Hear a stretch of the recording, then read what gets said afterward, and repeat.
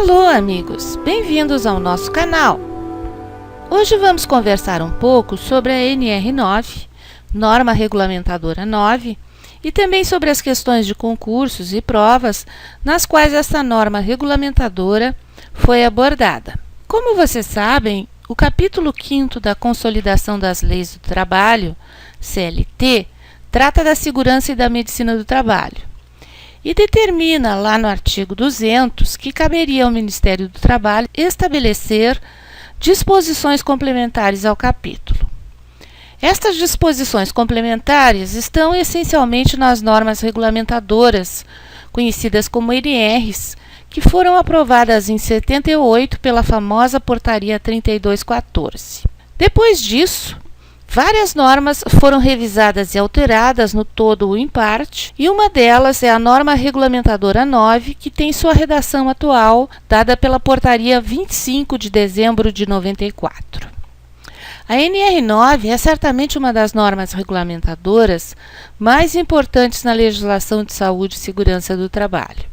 A NR9 é denominada Programa de Prevenção de Riscos Ambientais, com sigla de PPRA, e ela é uma norma essencialmente de higiene do trabalho.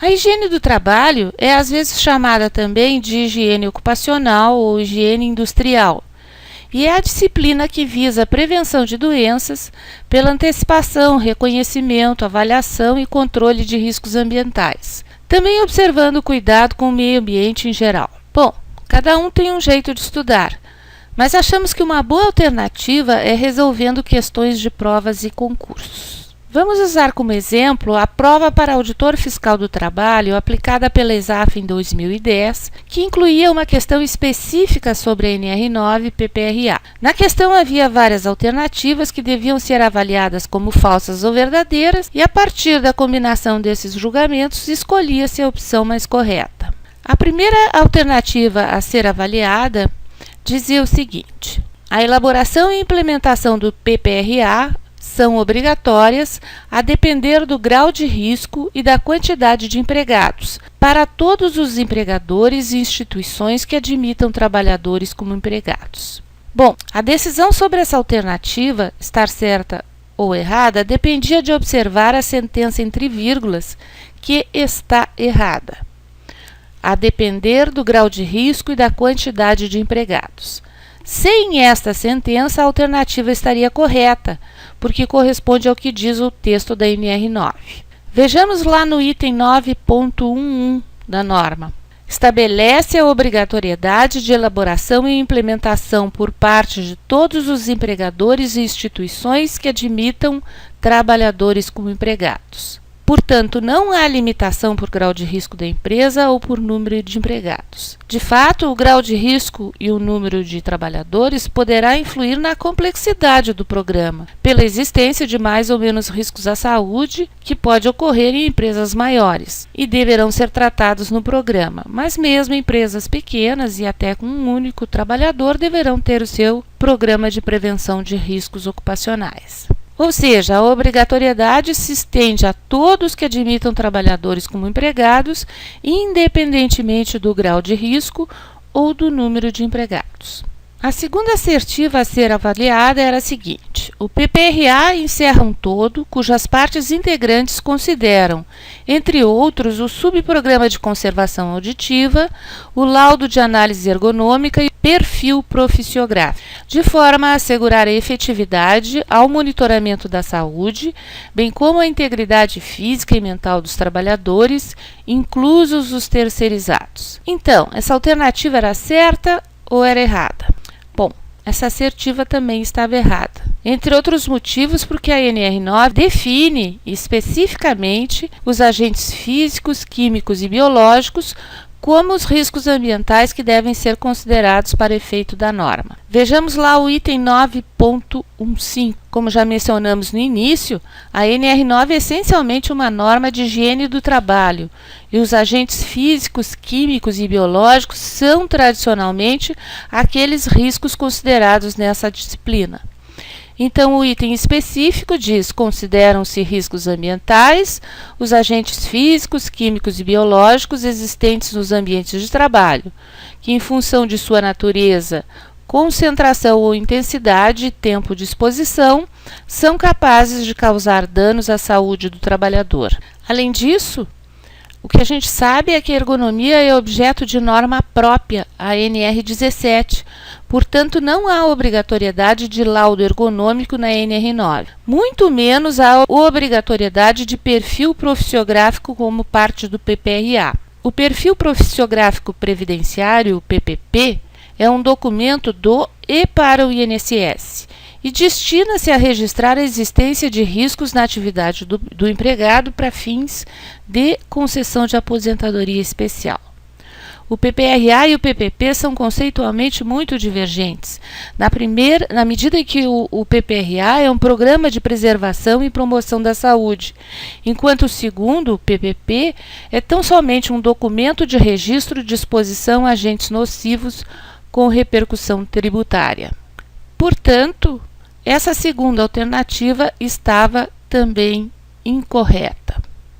Vamos para a terceira alternativa da questão, que dizia o seguinte: o programa, o PPRA, deverá ser mantido nos arquivos da empresa por no mínimo 30 anos, prazo igual à prescrição do Fundo de Garantia por Tempo de Serviço, pelo fato de o trabalhador acidentado continuar recebendo essa rubrica enquanto perdurar a incapacidade para o trabalho, devendo ficar disponível aos trabalhadores interessados ou seus representantes e as autoridades competentes. Então, essa alternativa estava certa ou estava errada? A alternativa estava errada. De fato, ela trazia alguns elementos de confusão.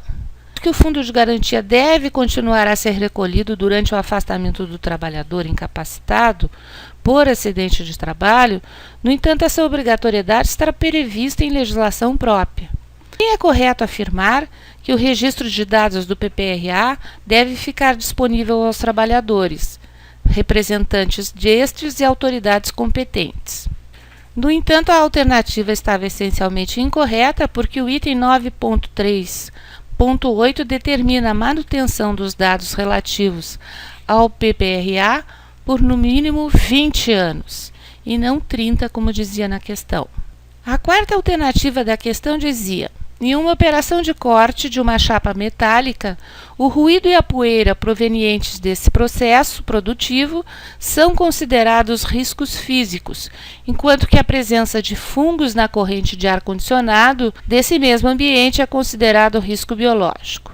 Então, a alternativa era certa ou era errada? Bom, a alternativa estava errada, porque poeira é risco químico. Porque se a gente observar lá no item 9.5.1, a ANR define o que considera riscos físicos, químicos e biológicos. Então, os agentes físicos são ruído, vibrações, pressões anormais, temperaturas extremas, radiações ionizantes, radiações não ionizantes, infrassom e ultrassom.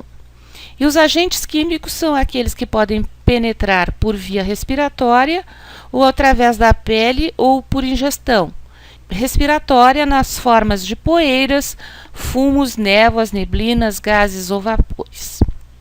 Concluindo então a questão, todas as proposições da questão estavam erradas, portanto a resposta certa seria esta.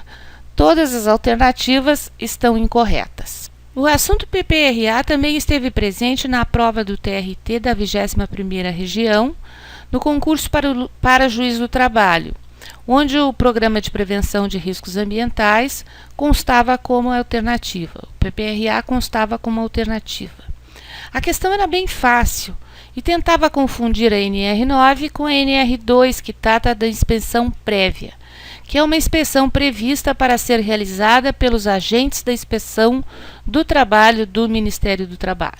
Então a questão está na tela e dizia, essencialmente, que a verificação física realizada em um estabelecimento novo para comprovar se este oferece as condições mínimas de segurança e medicina do trabalho para o seu pleno funcionamento, ou um estabelecimento já em funcionamento que tenha sofrido modificações substanciais em suas instalações ou equipamentos.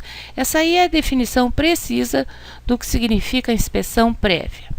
As outras alternativas, análise ambiental obrigatória, exame de segurança ocupacional, programa de prevenção de riscos ambientais, estavam incorretas. Outra prova onde apareceu o PPRA foi a prova para procurador do trabalho do Ministério Público do Trabalho. A assertiva sobre PPRA estava errada porque não há exclusividade na elaboração do PPRA pelos profissionais do SESMIT. Na verdade, a NR9 diz textualmente que o programa poderá ser elaborado, implementado, acompanhado e avaliado pelo SESMIT. Poderá, mas também poderá ser por pessoa ou equipe de pessoas que o empregador escolher. Isso será critério do empregador, desde que ele acredite que essas pessoas ou essa pessoa é capaz de desenvolver o disposto na norma. A resposta certa nessa questão para procurador do trabalho era o item D. Era uma questão de escolha da alternativa correta.